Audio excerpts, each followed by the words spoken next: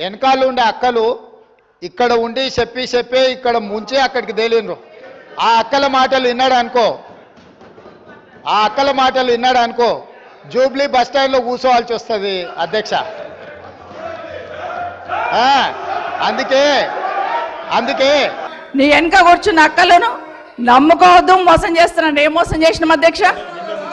ఏం ముంచినాం అధ్యక్ష? ఈయనను ముంచినాం అధ్యక్ష. ఈయనను బతిన్లాడి పార్టీలోకి రా తమ్ముడు అని చెప్పి నువ్వు వస్తే భవిష్యత్తులో ఈ పార్టీకి నువ్వు ఆశాకిరణం అవుతావని చెప్పి పార్టీలోకి ఆహ్వానించినా లేదా గుండె మీద చేసుకొని చెప్పమనండి అధ్యక్ష. ఎందుకు టార్గెట్ చేస్తున్నావు? ఏం మోసం చేశాం? మా సీఎం గారికి ఒకరిద్దరు మహిళలు తెల్లారితే మీతోటి వస్తా తమ్ముడు అని చెప్పి ఏం చేసిరో వారు అనుభవించిర్రు ఆ బాధ.